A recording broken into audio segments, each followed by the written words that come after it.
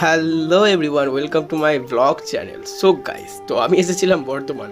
Basically Bardhaman এই কারণে এসেছিলাম, আমার কিছু কেনার ছিল। আর একটু আমার এই কালো থোবড়াটা দেখছো না, এটাকে একটু হালকা গ্লো করার জন্য।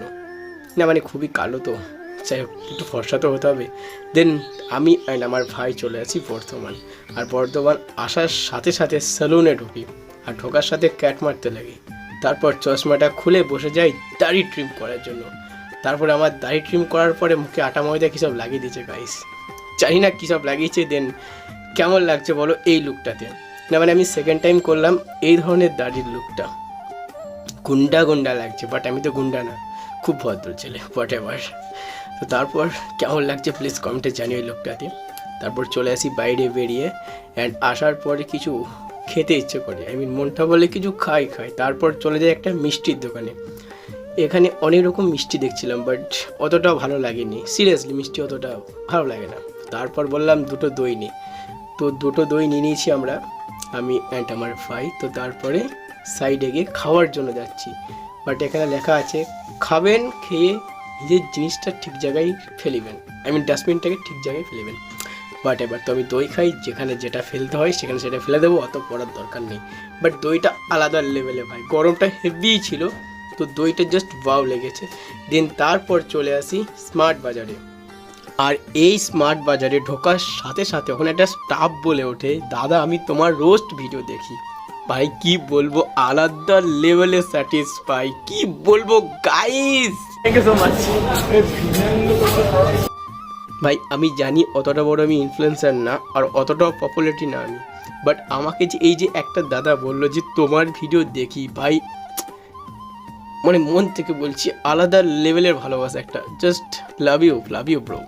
তোমরা ভালোবাসা এইভাবে দিয়ে থাকলে আমি আরও এগিয়ে যেতে পারবো। সো প্লিজ ভালোবাসো, আরও কী করছো, মন ভরে ভালোবাসো, আমি তোমাদের এইসব গিফট করে দেবো।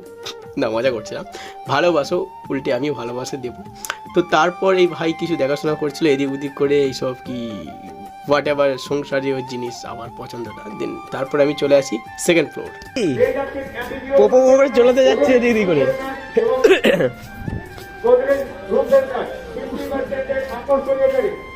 নে জামা নে, সেল তো এই 299 সেল দিচ্ছে ভাই, সেল আমার সাইজে হবে না ভাই, আমার দাদু সাইজ ওটা। সেল জিঙ্ক সেল দিচ্ছে ভাই এই রেটে। এ পল্লব শোন ভাই, প্যান্টটা দেখ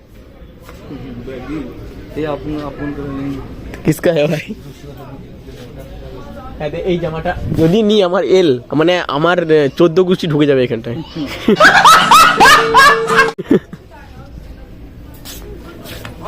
এই প্যান্টটা হবে বুঝলি, এই যে দেখছিলাম যেটা, কিন্তু এখানে রেঞ্জটা দেখ 799, বাট ওখানে একটু ইয়ে ছিল, সিম্পল টাইপের হয়ে যাচ্ছে একেবারে।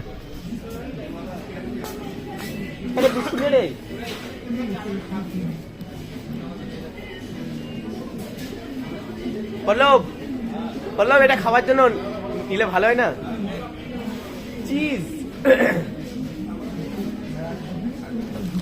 ভাই যদি ফ্রি দিয়ে দিত সব করে নিয়ে নিতাম, গাড়ি ভাই গাড়ি ফকলা। চলো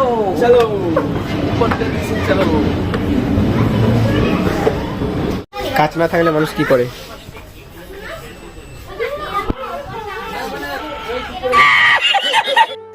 দিন তারপর চলে আসি রয়্যাল বিরিয়ানি খাওয়ার জন্য। ওকে বলেছিলাম চাইনিজ আইটেম কিছু ট্রাই করো, বললো যে না। আমি বললাম ওকে ফাইন, চল বিরিয়ানি খাই। বল আরে বল, মান সম্মান লাগে না, বিরিয়ানি খেলো। 50 টাকা কিলো পেয়েছি বুঝলি, 50 টাকা কিলোতে বেশি করে দিয়েছি, কারণ খাওয়া হবে বিরিয়ানি।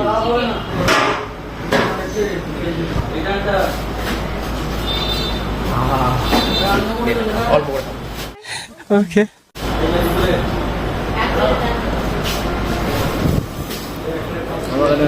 আমার কাছে টানবি হালকা, আমি কিন্তু এত টানতে পারবো না।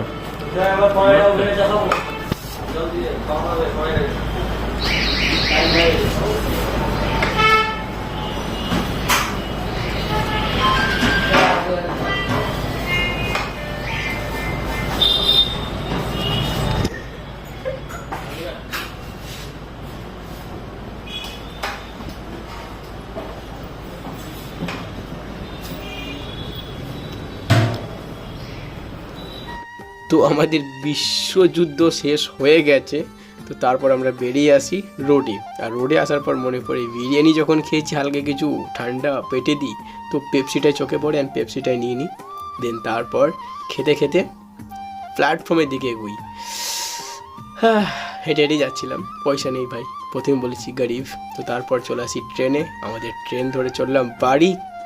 প্লিজ আর বলবো না, বাই।